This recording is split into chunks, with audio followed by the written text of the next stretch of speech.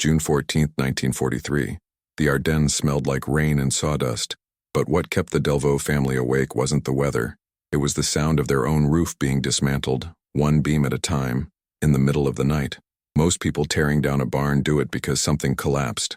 The Delvaux family did it because something was about to begin.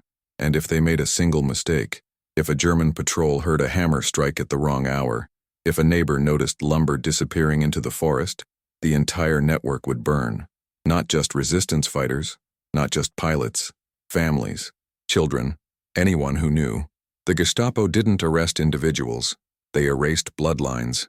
Before we go further, subscribe now, because every week we uncover the workshops, the attics, and the ordinary people who built survival with their hands while entire armies tried to find them. The official history of World War II resistance focuses on sabotage, blown bridges, derailed trains, coded radio transmissions, sent from basements while patrols walked overhead. But there was another kind of resistance, quieter and just as deadly. It wasn't about destroying German infrastructure. It was about repairing Allied lives. By mid-1943, hundreds of British and American bombers were going down over occupied Europe every month. Some crews died on impact. Some were captured within hours. But a few, the ones who landed in the right fields, who were found by the right farmers, had a chance. A narrow, impossible chance that required a kind of infrastructure the Nazis never expected. A network of carpenters, tailors, forgers, and engineers who could turn a shot-down pilot into a Belgian factory worker in 72 hours. The Delvaux family ran a carpentry business outside Liège. 3 generations under one roof. Theo, the grandfather, had built half the furniture in the region. His son, Emile, ran the workshop, and Emile's daughter, Marguerite, 19 years old, fluent in English from missionary school, served as translator and courier. On paper, they made cabinets. In practice, they'd been smuggling Allied airmen since 1942. But smuggling required more than goodwill. It required precision engineering. When a pilot was shot down, the first 48 hours determined everything. If he was still wearing a flight suit, he'd be spotted in minutes. If his boots looked military, a single checkpoint would end him. The resistance had tailors who could modify clothes, but that wasn't enough. You needed documentation, ration cards, work permits, identity papers with stamps that matched the local commandantur's exact ink and pressure. You needed someone who could mill a fingerprint plate from a piece of copper pipe. You needed a workshop. The problem was that workshops were visible. The Nazis knew this. They monitored lumber. They tracked nails. If you ordered too much steel, you got a visit. If you ran a lathe after curfew, someone heard it. The Gestapo had informants in every village, and some of them weren't even ideological, just hungry or scared or promised their sons wouldn't be sent to labor camps. So the resistance stopped using workshops. They built workshops that didn't exist. The first problem was space. The Delvaux barn was a old stone and timber 40 feet long built into the side of a hill. It had a hayloft, livestock stalls, and a root cellar that stayed cold even in summer. Emile had used it for storage since the occupation started. German soldiers didn't care about dusty lumber and old harnesses. But in May 1943, a British navigator named Flight Lieutenant Peter Harwell came through their network. He'd bailed out near Bastogne, broken his ankle in the landing, and been carried by farmers through 6 villages in the back of a manure cart. By the time he reached the Delvaux house, the ankle was infected. He couldn't walk. He couldn't be moved for at least 2 weeks. 2 weeks in a house with German patrols walking past twice a day. Emile made the decision in under a minute. They couldn't keep Harwell in the main house. Too many visitors. Too many eyes. The barn was too exposed. But beneath the barn, accessible through a trapdoor hidden under hay bales, was the old root cellar. 10 feet below ground. Stone walls. No windows. Cold enough to preserve food, which meant cold enough to hold a man. They moved Harwell down that night. Marguerite brought him water, bread, a blanket that smelled like sheep. He stayed there for 16 days while the infection cleared. And during that time, Emile realized something. If they were going to keep doing this, if pilots were going to keep falling out of the sky, and the network was going to keep sending them here, they needed more than a cellar. They needed a workshop, a place where forgers could work, where tailors could modify uniforms, where Marguerite could teach airmen how to say Guten Tag without sounding like they learned German from a phrase book. But building that kind of space wasn't construction. It was excavation. It was archaeology in reverse. Emil started planning the same way he'd plan a cabinet, backwards from function. He needed a workspace large enough for 4 people, a table, ventilation so candles wouldn't choke them, acoustic separation. If someone was hammering a stamp plate, the sound couldn't travel up into the barn, let alone outside. He needed storage for forbidden materials, forged papers, RAF maps, civilian identity cards, even British currency for pilots who made it to the border. And he needed it to be invisible. Not hidden, invisible. The Nazis searched houses methodically. They measured walls. They looked for hollow spaces. If you built a false wall, they'd find the gap. If you built a trapdoor, they'd feel the seam. The only way to make a space invisible was to build it where no one would think to measure, under something that was already there. That's when Emil looked at the barn floor. The original foundation was stone, laid 100 years ago when the barn was a coach house. The floor was dirt and straw, compacted by decades of livestock. But underneath that dirt, there was space. Old stone cellars always had it, gaps where the bedrock dropped away, or where old drainage channels had been dug to keep the foundation dry. Emil had seen it as a boy crawling under the barn to retrieve a cat. There was a void, maybe 6 feet of clearance, maybe more, so he proposed something insane. They would excavate beneath the barn floor without removing the floor. The technique was old, medieval even. You dig a shaft straight down from a hidden point, then tunnel outward once you're below the foundation. The floor above stays intact. The walls don't crack. If done correctly, no one on the surface knows you've just carved out a room below their feet. But doing it in occupied Belgium in 1943, with patrols walking past and neighbors watching, was borderline suicidal. They started in June. Theo, Emil, and Marguerite worked at night, in shifts, with no electric lights. They moved the trapdoor from the root cellar to a corner of the barn buried under broken equipment and old harnesses. They pried up the dirt floor in a square 4 feet wide, then started digging. The soil was clay and rock, wet from spring rain. Every shovelful had to be carried out in buckets, dumped into the forest half a mile away, spread thin so it wouldn't form a visible mound. They couldn't use a cart. Wheels made noise. They carried it by hand. Marguerite and her younger brother, Luc, 14 years old, hauled loads through the dark while Emil and Theo dug. 2 feet down, they hit bedrock. Emil thought it was over, but Theo, who'd built foundations his whole life, knew that rock in the Ardennes wasn't solid. It was layered, sedimentary. If you found the seam, you could pry it apart. They used iron wedges and a mallet wrapped in cloth to muffle the sound. Tap, tap, wait. Listen. Tap, tap, wait. It took 3 nights to crack through. When the stone finally split, cold air rushed up from below, air that hadn't moved in a century. They were through. The space underneath was larger than Emil had hoped. Not a cavern, but a crawl space that ran beneath the entire eastern half of the barn.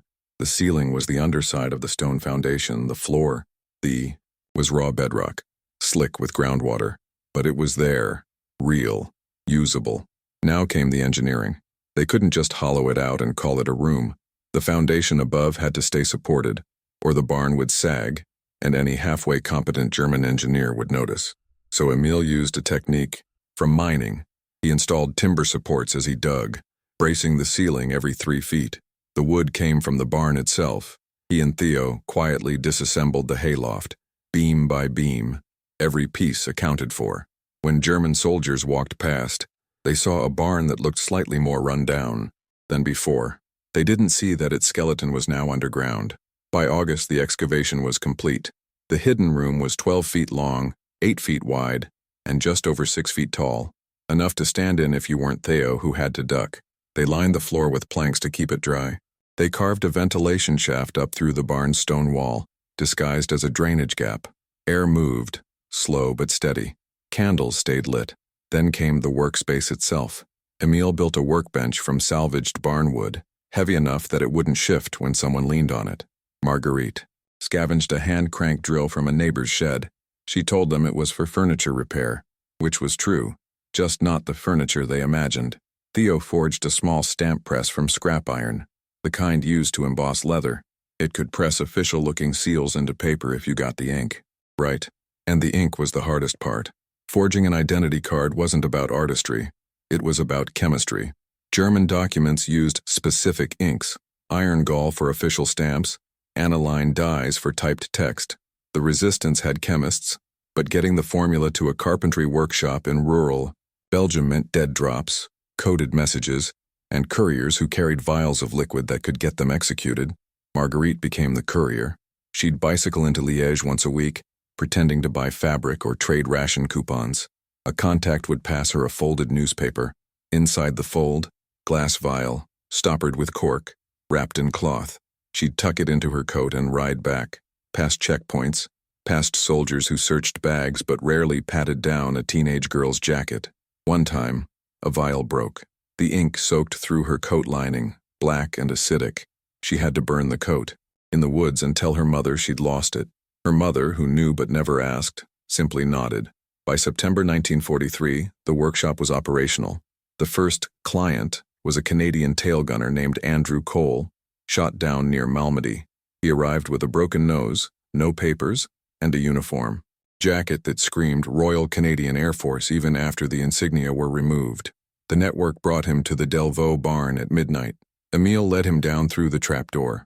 Cole, who'd flown 37 missions, who'd seen flak tear through fuselages and men burn alive in cockpits, looked at the hidden room and said nothing for 10 seconds. Then, "You built this?" Emile nodded. "How long?" 3 months.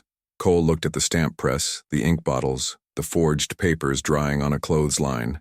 "If they find this, they won't." They didn't. Over the next 18 months, 42 Allied airmen passed through that room. Marguerite taught them how to hold a cigarette like a Belgian laborer, not a pilot. Theo altered boots so the stitching didn't look military. Emile forged work permits, ration cards, even a Gestapo transit pass once, copied from a document a resistance contact had photographed in a commandantur office. The most dangerous job was teaching them how to move. Pilots walked differently, confident, shoulders back, eyes up. In occupied Europe, that confidence got you killed.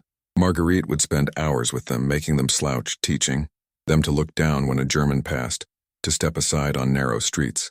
She called it becoming invisible in daylight. Some learned fast, some didn't. The ones who didn't usually got caught within a week, but the ones who learned made it to Spain, to Switzerland, to safety. The Gestapo came twice. Gestapo. The first time was October 1943. A neighbor reported unusual activity at the Delvaux property. 3 officers arrived at dawn, searched the house, searched the barn.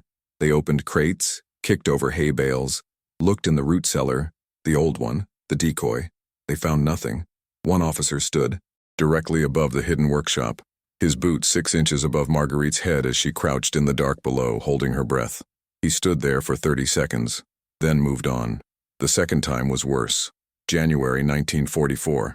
The Gestapo arrested a resistance courier in Liège. Under interrogation, he broke. He gave them names, addresses, routes. The Delvaux family wasn't on the list, but a safe house 2 villages over was. The Gestapo raided it at night, found forged papers and started connecting dots. Emile got word through the network. They had maybe 12 hours. They couldn't run. Running confirmed guilt, so they did the opposite. They destroyed the workshop. Not the room itself, that would have been impossible, but everything in it. They burned the forged papers in the stove. They buried the stamp press in the forest. They dismantled the workbench and hauled it out in pieces, scattering them across 3 farms. Marguerite scrubbed the ink stains off the floor with lye until her hands bled. When the Gestapo arrived the next morning, they searched for 4 hours. They brought dogs. They measured the barn's exterior walls and compared them to the interior. They found the trapdoor, the decoy one. They didn't find the workshop, because the workshop by then was just an empty stone room beneath a floor that had been there for 100 years. No tools, no papers, no evidence, just cold air and bedrock. The officer in charge told Emile they'd be watching. Then he left. The Delvaux family rebuilt the workshop 3 weeks later. They rebuilt it quieter than before. No stamp press this time. Too risky to bury and dig up repeatedly. Instead, Marguerite learned to forge stamps by hand, using a technique a chemist in Liège taught her. Heating a steel needle over a candle, etching the design into a rubber eraser, then pressing it into ink-soaked paper. It took longer. The seals looked slightly irregular, but irregular was better than perfect. Perfect looked forged. By spring 1944, the rhythm had changed. The Allies were preparing for something everyone could feel it. The bombing runs intensified. More planes went down, which meant more airmen in the network, which meant more pressure on every safe house, every forger, every family hiding a boy from Iowa in their attic. The Delvaux workshop became a processing center. Pilots came in wearing torn flight suits and left 48 hours later looking like Walloon factory workers, with papers saying they were born in Namur and employed at a munitions plant the Nazis had actually built. The forgeries had to be that specific. The Gestapo cross-referenced everything, but the families doing this work weren't intelligence officers. They were carpenters, tailors, teachers, people who learned tradecraft by necessity in real time, while the consequences of failure stood 3 feet away holding a rifle. Emil never stopped refining the system. He realized early that the most dangerous moment wasn't the forgery, it was the handoff. When a pilot left the workshop, he had to walk half a mile through open farmland to reach the next safe house. If a patrol spotted him in that window, it was over. Not just for the pilot, for everyone who'd touched him. So Emil built what he called the rehearsal. Before a pilot left, Emil would walk the exact route with him at night. Not once, 3 times. They'd practice the timing, when to pause if a patrol passed, where to step off the road if a truck came, which fences had gaps, which dogs barked. Emil treated it like carpentry. Measure twice, cut once, walk the route twice, send them once. One airman, a B-17 bombardier from Ohio named Lieutenant Frank Mercer, told Marguerite it felt like memorizing a dance. Emil's response: if you forget a step in a dance, you look foolish. If you forget a step here, you die. So yes, it's a dance. Mercer made it to Spain. 34 days after bailing out over Belgium, he walked into the British consulate in Madrid, wearing a Belgian worker's coat and boots Emil had restitched by hand. By June 1944, the network had moved over 60 airmen. Marguerite kept a tally in her head, never on paper. 60. Men who'd walked through that trapdoor, sat at that workbench, learned how to say Ich verstehe nicht without flinching. 60 men who went home because a family in the Ardennes had torn down their own barn and built a room the Nazis couldn't find. Then D-Day happened, June 6, 1944. The Allies landed in Normandy. Within a week, the German occupation forces in Belgium went from methodical to desperate. They started pulling back troops, consolidating defenses, and, critically, cracking down harder on resistance activity. The Gestapo knew the occupation was collapsing. They wanted to take as many collaborators down as they could before the end. The raids intensified. Whole villages were locked down overnight. The Gestapo stopped searching for evidence and started executing on suspicion. If your neighbor reported you, you were arrested. If your papers looked too clean, you were arrested. The margin for error disappeared. The Delvaux family made the decision in July. They would stop taking in pilots.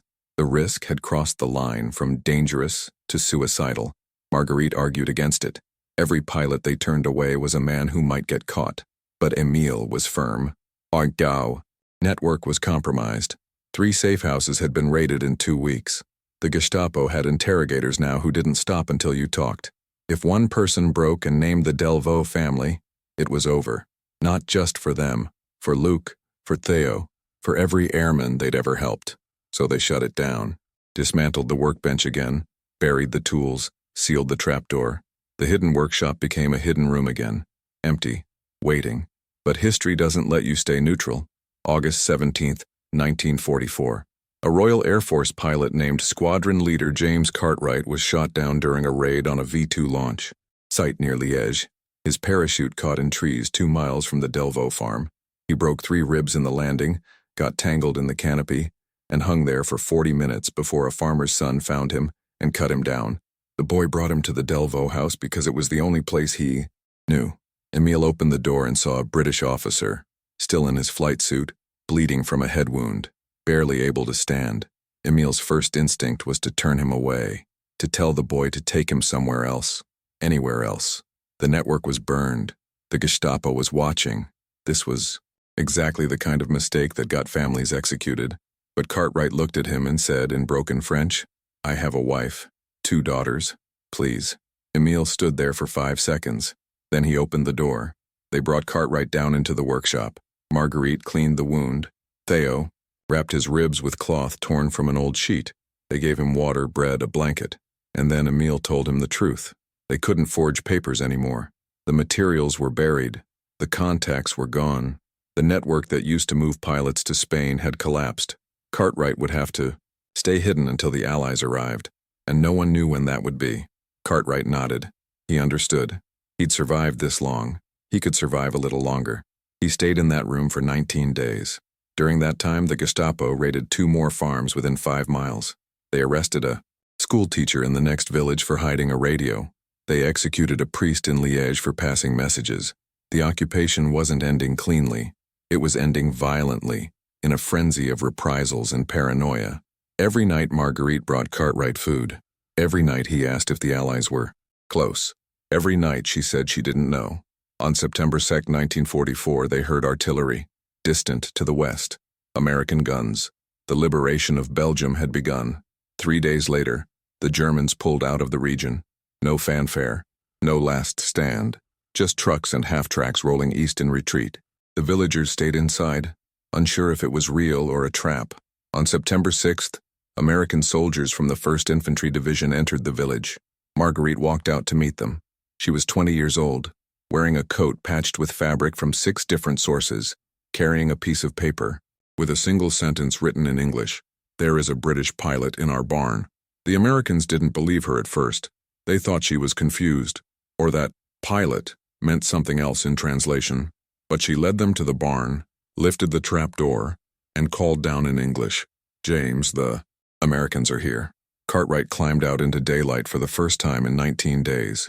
He was gaunt, pale, moving stiffly from the broken ribs.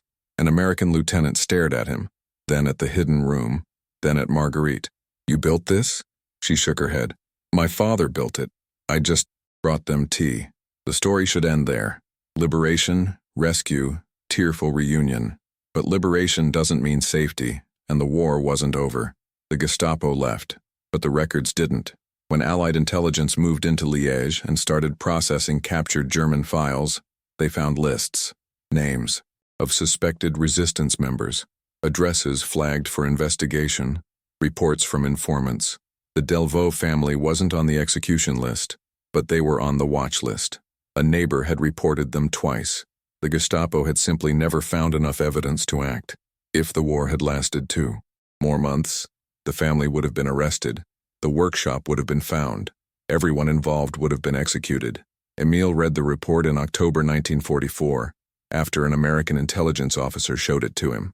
He didn't say anything, just folded the paper and handed it back. Later, Marguerite asked him if he regretted it, building the workshop, taking the risk. He said no, but he also said he'd never build anything like it again.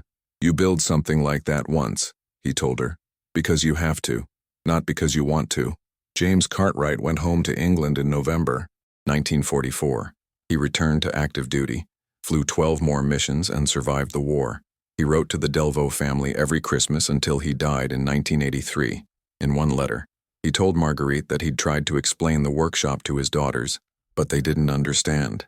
How could you build a room underneath a floor?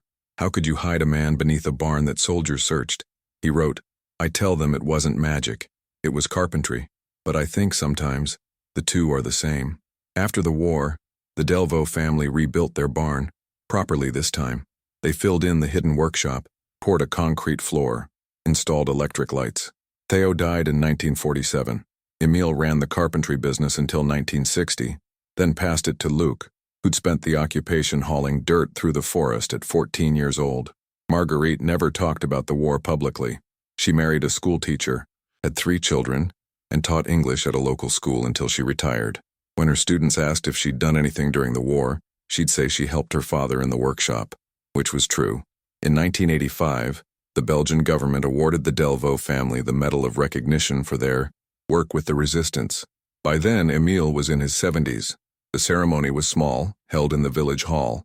A government official gave a speech about courage and sacrifice. Emil listened politely. Afterwards, someone asked him what he was thinking.